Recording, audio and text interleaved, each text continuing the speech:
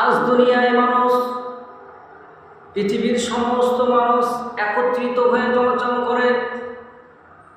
কেউ সুদ খায়, কেউ ঘুষ খায়, কেউ জেনার কাজ করে, কেউ মিথ্যা কথা বলে, কেউ অহংকারী করে, পৃথিবীর বুকে যা ইচ্ছা তাই করে, মানুষের প্রতি জুলুম করে, মানুষের প্রতি অত্যাচার করে, অহংকারী করে চলে, দুনিয়াতে যা ইচ্ছা তাই করে চলে।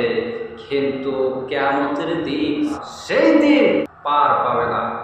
সেই দিন সমস্ত মানুষকে আলাদা করে দেওয়া হবে, ভাগ ভাগ করে দেওয়া হবে। আল্লাহ রাব্বুল আলামিন কোরআনুল কারীমের মধ্যে বলেন, ওয়ামতাজুল ইয়াউমা আইয়ুহাল মুজরিমুন।